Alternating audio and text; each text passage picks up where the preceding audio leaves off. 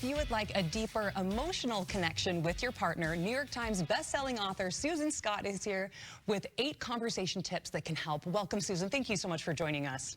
Thank you for having me. We are so glad to have you. Now, we've got so much to cover, so let's kick it off. Can you quickly tell us what the 5 myths are that mislead and derail couples? You bet. First one is you complete me, which I think most people realize is an absolutely idiotic idea. We complete ourselves or fail to. The second is that true love is unconditional. Another bad idea, because there are always conditions, or should be, and we need to clarify them. The third is you must fulfill my list. You know, that list that we make of the ideal characteristics that we want in another person? Well, nobody can live up to that list. So how about you make a list and then you be your list? Love that. So great. The fourth one is if you loved me, you'd know what I want, you'd know what I'm thinking, and that's silly. I mean, I've told my family, hit me with a 2x4 if you want me to really understand what it is that you want from me. I'm the same way, Susan. I'm not a mind reader. Somebody's got to tell me. No, and the fifth one is love is all you need. Yeah, no, there are a few other things that we need. Love is important. It is the most important thing of all, and it is not the only thing that we need.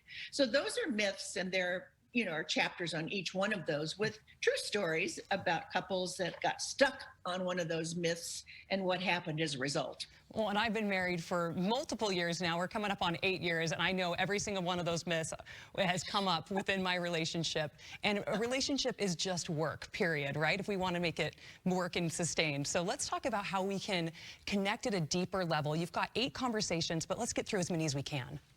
Well, and let me just say first that I think what a lot of us don't understand is that we are indeed navigating our lives, our professional lives, our personal lives, our relationship lives, one conversation at a time. And that, the success of a relationship depends on the conversations that we have. What are we talking about and how are we talking about them? And a lot of people just don't know how to talk about certain things. I mean, one woman said, my husband and I, we've just crossed so many things off the list that we're just not going to bring up because it would wreck another weekend. And it's gotten quieter and quieter and quieter in our home. We're not even lovers anymore. We're just housemates. I feel like we've just pulled off our own wings. And I want to know, how do we get our wings back? Why does it take so little to send love running out the door? Why are we withholding so much when we're supposedly telling the truth? How do we wake up our marriages again, or our relationships? And so these conversations are all about that. So the first one is, do I even want this relationship?